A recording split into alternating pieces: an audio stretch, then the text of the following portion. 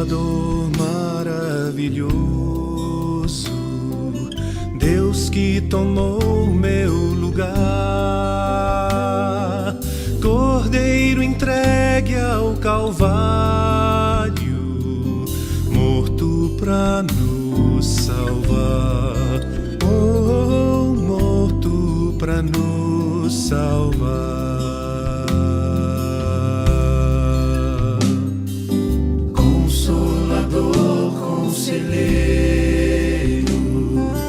Deus que me vem abraçar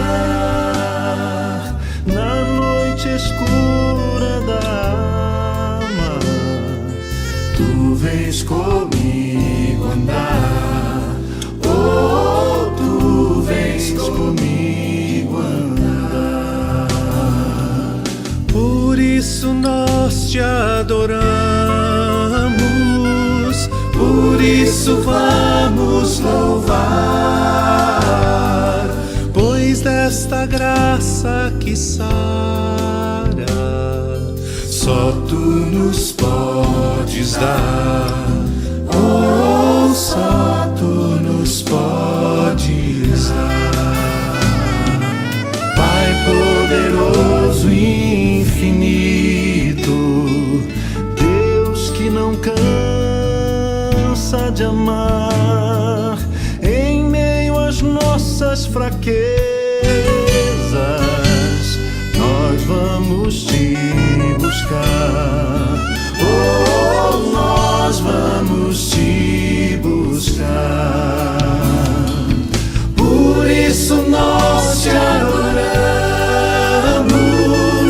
por isso vamos louvar, esta graça que sara, só tu nos podes dar, oh, só tu nos podes dar, oh, só tu nos podes dar, oh, só tu nos podes dar.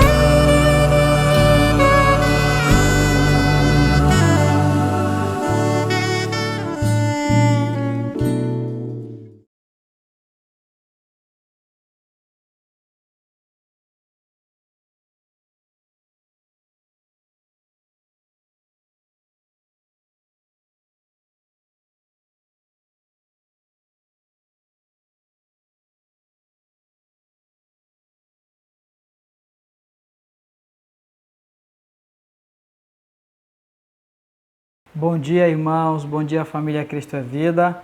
Retornamos então para a nossa EBD. Muito obrigado a todos que estão conosco nessa manhã, né? Graças a Deus por isso. Bem, temos compartilhado na nossa EBD sobre Efésios, a carta de Paulo aos Efésios, tá bom? E falamos que vamos dividir essa carta em dois momentos, ainda estamos no primeiro momento. Aí procuramos assim classificar como o entendimento espiritual na primeira parte e o relacionamento espiritual na segunda parte da carta, que nós vamos dar uma ênfase maior. Há uma necessidade que nós observemos bem o propósito de Paulo nessa primeira parte, que é realmente trazer para os irmãos conhecimento, entendimento, sabedoria, revelação. Versículo 17, né, que é a oração de Paulo que diz: para que Deus de nosso Senhor Jesus Cristo, o Pai da Glória, vos conceda espírito de sabedoria e de revelação no pleno conhecimento dele. Então, era o que Paulo queria, que os irmãos tivessem uma compreensão espiritual, compreensão dessas verdades espirituais, tá, para o bom entendimento. E nós já falamos anteriormente sobre as bênçãos espirituais nas regiões celestes. Falamos aí que essas bênçãos que vêm da parte de Deus para nós, que são espirituais, é para que nós sejamos santos, irrepreensíveis e filhos adotados de Deus. Ainda falamos sobre o louvor da glória da sua graça, ou seja, a graça de Deus tem uma glória e essa glória merece um louvor. Mas isso nós já falamos aí no domingo passado, na verdade, né? Hoje eu quero compartilhar com vocês as bênçãos do Pai, do Filho e do Espírito Santo, nessa primeira parte do texto que nós temos aqui. A leitura que eu vou fazer, ela compreende, sim, desde o versículo 3 até o versículo 14, mas a ênfase maior vai ser a partir do versículo 4. Vamos ler na verdade, eu vou ler esse texto na medida que nós vamos estudando, para ver se nós conseguimos ganhar o tempo. Então, primeiro vamos falar que a primeira divisão que eu coloquei aqui, essa divisão que eu tenho para estudar com vocês, ela é baseada na Bíblia de King James, de acordo com o comentário de Hernandes Dias Lopes, que fala que essa Bíblia ela tem uma divisão de parágrafo nesse texto aqui do versículo 3 até o 14, em 3 parágrafos, e cada parágrafo trata de uma bênção especial do Pai, do Filho e do Espírito Santo, que eu quero compartilhar com vocês hoje, tá bom? Então, o versículo 3, 4, 5 e 6 fala sobre a bênção do Pai. Veja lá comigo. Bendito Deus e Pai de nosso Senhor Jesus Cristo, que nos tem abençoado com toda sorte de bênção espiritual nas regiões celestiais em Cristo, assim como nos escolheu nele antes da fundação do mundo, para sermos santos e irrepreensíveis perante ele, e em amor nos predestinou para ele, para a adoção de filhos, por meio de Jesus Cristo, segundo o beneplácito de sua vontade, para louvor da glória da sua graça, que ele nos concedeu gratuitamente no amado. Essa é a primeira parte que nós vamos ver agora, que é a bênção do Pai. Tá? Então, para quem está chegando, nós estamos vendo aqui Efésios, capítulo 1, inicialmente versículo 3 até o versículo 6. Qual é a grande bênção do Pai que nós encontramos aqui? É uma doutrina muito importante no versículo 4 que diz, assim como nos escolheu. É a doutrina da eleição de Deus, tá? Essa é a grande bênção. Então, o Pai, ele nos escolheu e essa doutrina, ela está esparramada em toda a Escritura. Essa doutrina, ela está esparramada na história da igreja. E essa doutrina, ela está esparramada na eternidade. Então, você pode olhar para as Escrituras, para a história da igreja, né? Desde os pais da igreja, passando pelo período que a igreja lá foi perseguida, período romano, período da reforma, pré-reforma, reforma, e até hoje, né, os grandes teólogos todos têm confirmado a doutrina da eleição de Deus. E a eternidade, né, porque a eleição ela vem antes da fundação do mundo e ela vai nos projetar para o fim de todas as coisas e para a eternidade. A doutrina da eleição, ela fala da soberania e da sabedoria de Deus. A doutrina da eleição, ela apresenta a graça e o louvor. No último versículo que nós lemos aí, fala, versículo 6, né? Nos concedeu gratuitamente. Então, essa eleição ela é gratuita. E por isso, Deus é bendito, Ele é louvado pela sua ação, pela sua bênção da eleição. Vamos ver alguns detalhes dessa bênção da eleição de Deus. Primeiro detalhe que nós vamos encontrar aqui é que o alvo, tá? o objetivo dessa eleição, versículo 4 mesmo, né? Assim como nos escolheu.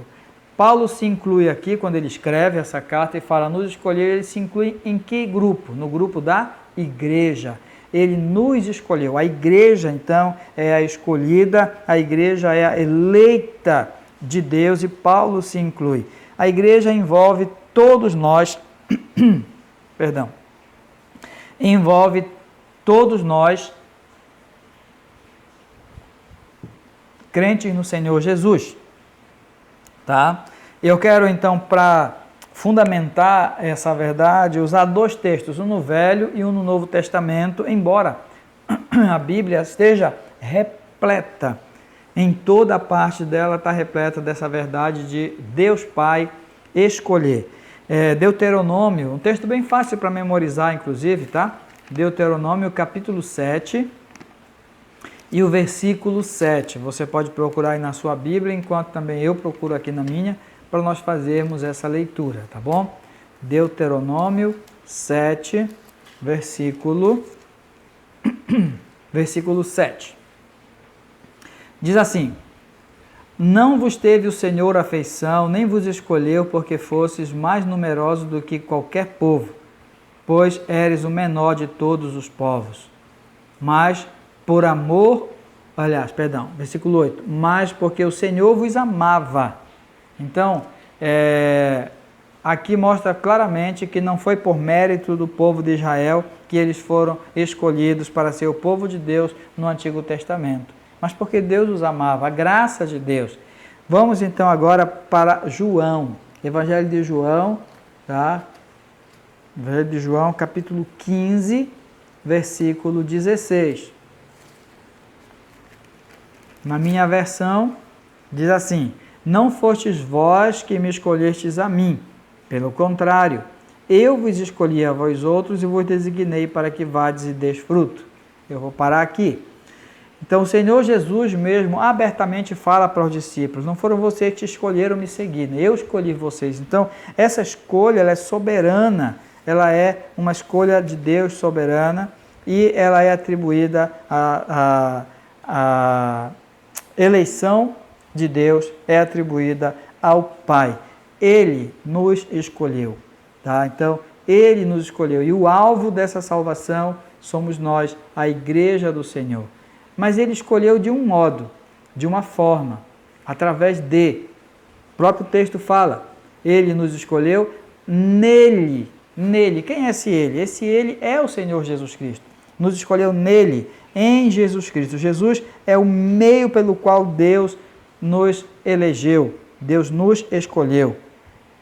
A soberania de Deus, o poder de Deus em escolher, não anula o sacrifício de Jesus ou a necessidade do sacrifício de Jesus. Por isso, é necessário que Jesus esteja aí. Através de Jesus foi que Deus nos escolheu, nos elegeu para Ele. Tá? Não há salvação sem o Cordeiro, não há. Cristo é o fundamento, né? É a base onde é construída a nossa salvação. Ele é o fundamento, é a base. Ele veio dos céus, como dizem Filipenses, né? Ele submeteu a uma situação drástica, né? Ao ponto de se tornar ser humano, ao ponto de morrer e morrer vergonhosamente na cruz. Foi uma submissão para que ele se tornasse o alicerce da construção da nossa salvação. Então, só em Jesus nós podemos então entender que a eleição de Deus ela acontece na nossa vida. Então, nós né, o alvo da eleição, a igreja, nele, o meio da salvação é Jesus Cristo, e por isso ele falou: eu sou o caminho, a verdade e a vida, ninguém vem ao Pai senão por mim. Por isso, Paulo ora, né, repito, né, Paulo ora: Senhor, versículo 17, ao nosso Deus, né, o Pai de Jesus Cristo, o Pai da glória, né, que vos conceda espírito de sabedoria, que vos conceda espírito de revelação, espírito de conhecimento. Então, Deus quer que nós compreendamos essa verdade. Há uma eleição do Pai, e essa eleição é para a igreja, e essa eleição só é por meio de Jesus Cristo. E, além disso, há um tempo dessa salvação. Como a eleição foi feita por alguém que é eterno, o tempo dessa salvação também é o tempo eterno. Diz assim no versículo 4, nos escolheu nele antes da fundação do mundo. O tempo da eleição é o tempo eterno. Não existia o mundo, não existia o homem, não existia o pecado. Ainda não havia acontecido, né, a desgraça do pecado, mas já existia na eternidade a graça da eleição. Que coisa maravilhosa! E Paulo ora: ai Deus, eu quero que a igreja tenha compreensão sobre isso. Essa é a oração do versículo 17, né? Pede por entendimento, sabedoria, para que a igreja entendesse essa verdade, cresce nessa verdade. Então é o tempo eterno. Para fechar esse assunto do tempo eterno, eu quero ler um texto de Romanos, e salientando que Romanos capítulo 8, todo ele, né, é um capítulo muito importante para essa doutrina da eleição.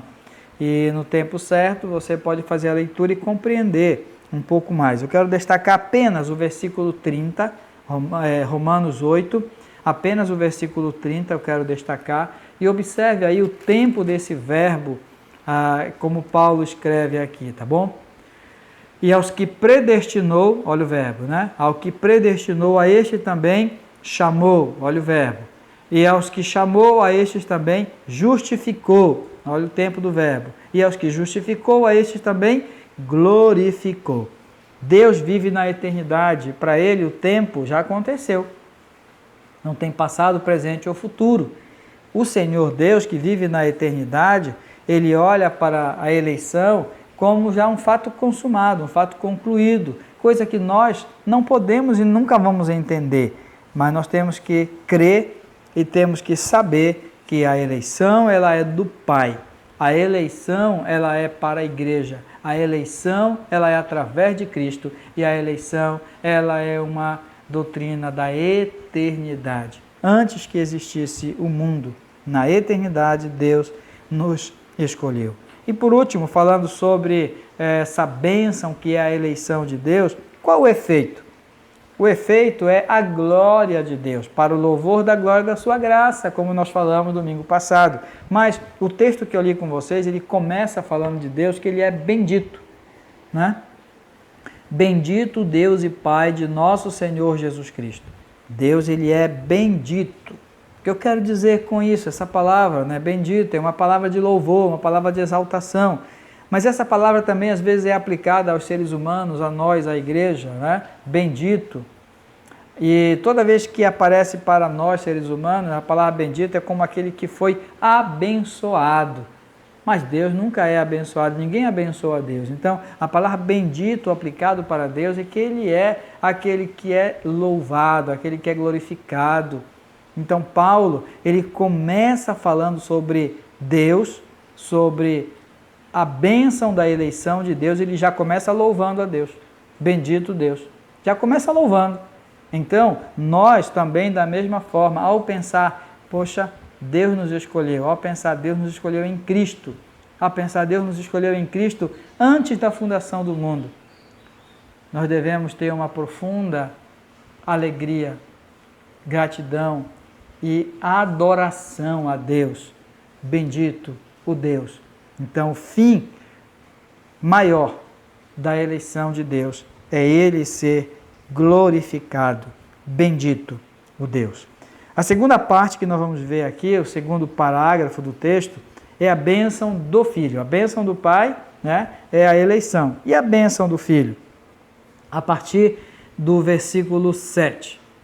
No qual temos a redenção, pelo seu sangue, a remissão dos pecados, segundo a riqueza da sua graça, que Deus derramou abundantemente sobre nós em toda a sabedoria e prudência, desvendando-nos o mistério da sua vontade, segundo o beneplácito que propusera em Cristo, de fazer convergir nele, na dispensação da plenitude dos tempos, todas as coisas, tanto as do céu como as na terra.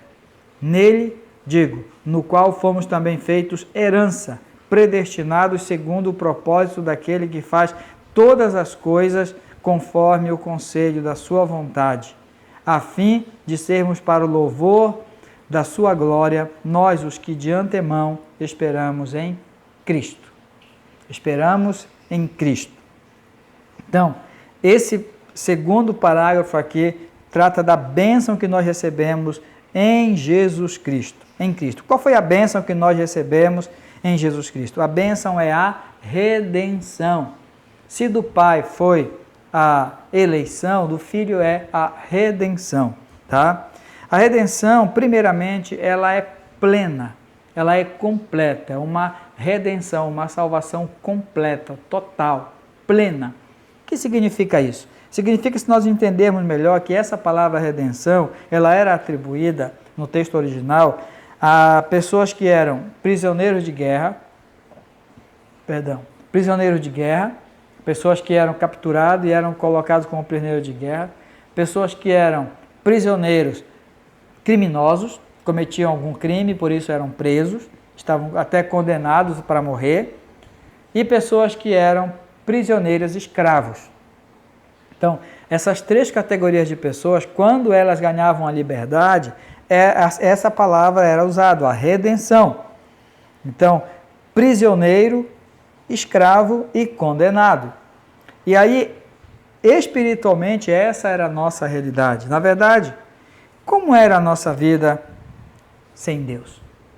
Como era a nossa vida sem Jesus? O próprio texto aqui de Efésios, ele fala sobre essa realidade no capítulo 2, que eu vou estudar com vocês mais tarde, mas eu quero ler aqui. Diz assim: Ele vos deu vida, estando vós mortos nos vossos delitos e pecados, nos quais andaste outrora, segundo o curso deste mundo, segundo o príncipe da potestade do ar, do espírito que agora atua nos filhos da desobediência, entre os quais também todos nós andamos outrora, segundo as inclinações da nossa carne, fazendo a vontade da carne e dos pensamentos, e éramos por natureza filhos da ira. Filhos da ira. Essa era a nossa realidade sem Deus. É como aqueles que estão prisioneiros, escravos e condenados. Mas a plena salvação, a redenção foi completa. Ele nos salvou. E salvou como? Através do seu sangue, do seu sacrifício. Essa é a grande bênção que Deus nos deu em Cristo Jesus. Essa é a bênção do Filho, a nossa redenção, a nossa salvação. Nós fomos redimidos do pecado, salvos do pecado, libertos do pecado, para não mais vivermos escravizados no pecado. Bem, a bênção do Filho, que é a redenção, envolve também o perdão, tá? O perdão. Então, essa bênção da redenção envolve o perdão. Versículo 7, texto que estamos lendo, no qual temos a redenção pelo seu sangue, a remissão dos pecados, tá? Essa remissão dos pecados, a ideia dela é que ele levou embora o nosso pecado. Ele levou o nosso pecado, levou embora, tá? Como João Batista aponta para Jesus e diz assim, olha, eis o Cordeiro de Deus que tira o pecado do mundo, que leva embora o nosso pecado. Então, a grande bênção da redenção envolve Jesus ter tirado o nosso pecado. E olha, o pecado era algo tão entranhado que fazia parte da nossa vida, porque o homem, ele peca porque é pecador. Então, o pecado faz parte da nossa vida de uma forma entranhada, misturada, mesclada. Mas o Senhor conseguiu tirar, remover os nossos pecados. É isso que nós aprendemos aqui sobre o perdão de Deus através de Cristo Jesus. Então, Jesus, ele pagou lá na cruz pelo nosso pecado. Ele pagou com o seu sangue e nós agora estamos livres do pecado. Podemos dizer, o Senhor arrancou, o Senhor tirou, o Senhor removeu, levou para longe os meus pecados. Em Cristo Jesus, nós somos redimidos. A grande bênção de Jesus para a nossa vida é a redenção, é o perdão, é a salvação em Cristo Jesus. E que essa verdade fique bem firme na nossa mente, bem firme no nosso coração, porque essa era a oração do apóstolo Paulo para a igreja e para nós. Vimos então aí a bênção do Filho através da redenção e do perdão, mas não só isso.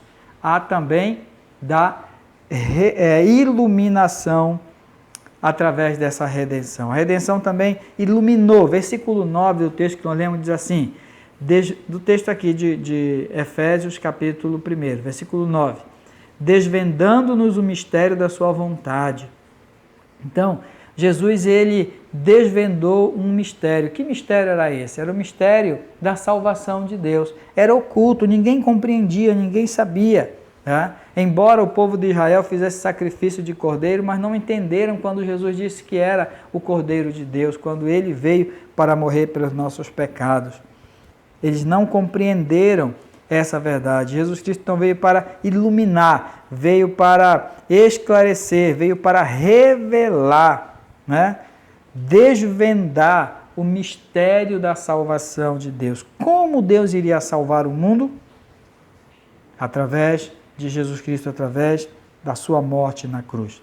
Quando ele iria fazer isso? Como Deus iria fazer isso? Então, nós hoje temos a revelação, hoje nós sabemos, hoje nós conhecemos, Isso nós podemos entender claramente. Se você não entende ainda, você precisa compreender, Precisa compreender.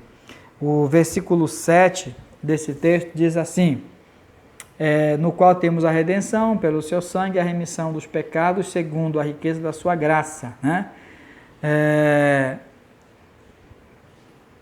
Final do versículo 8, que Deus derramou abundantemente sobre nós em toda sabedoria e prudência. Então, tudo aqui está levando para um nível de conhecimento, né? A sabedoria, a prudência, tudo tem a ver com esse lado do conhecimento. A sabedoria é o conhecimento real das coisas. Uma criança, ela vai aprendendo, né? Vai aprendendo o que é água, ela vai aprendendo o que é copo, ela vai aprendendo o que é mesa, o que é a Bíblia, o que é um livro. Ela vai aprendendo, mas chega um momento que ela já sabe e ninguém precisa apontar, ninguém precisa mais dizer para ela absolutamente nada, porque ela já sabe. Assim é quando nós compreendemos as verdades espirituais de Deus. Entra na nossa mente, no nosso coração e faz parte da nossa vida. E a nossa salvação, ela deve ser assim. Nós devemos ter sabedoria, conhecimento dessa revelação, prudência, viver de acordo com a sabedoria, viver de acordo com o que nós conhecemos. Tá? Se eu pedir água para uma criança, água para beber, e ela já tem entendimento, ela vai na geladeira e traz a água para mim. Então, se eu já sei que Jesus Cristo me salvou pela sua morte na cruz, derramando o seu sangue para me salvar, isso é um nível de conhecimento, de crescimento espiritual, e que eu devo alimentar isso mais e mais, e Paulo orava para que os irmãos tivessem consciência dessa verdade. Tá? Então ele ilumina, a salvação de Jesus Cristo ilumina a nossa mente, o nosso coração, para conhecer o mistério dessa salvação. Tá? Além disso, a redenção em Cristo Jesus também nos traz a revelação da nova natureza, a natureza nova que nós temos. Tá? Veja lá comigo no versículo 11, nele digo, no qual fomos também feitos herança, ou seja, nós fomos feitos herança. Observe bem que não é que nós ganhamos uma herança, nós nos tornamos uma herança, nós nos tornamos um bem. Não é que nós ganhamos um bem. O texto diz, feitos herança, fomos feitos herança pela redenção. Ou seja, quando Jesus nos comprou, quando Ele nos resgatou, quando Ele pagou o preço, quando Ele nos salvou, quando Ele nos redimiu dos nossos pecados, nós passamos a ser propriedade deles, e Jesus está então preparando essa igreja para entregar e levá-la e apresentá-la para o Pai. Ele nos transformou em herança.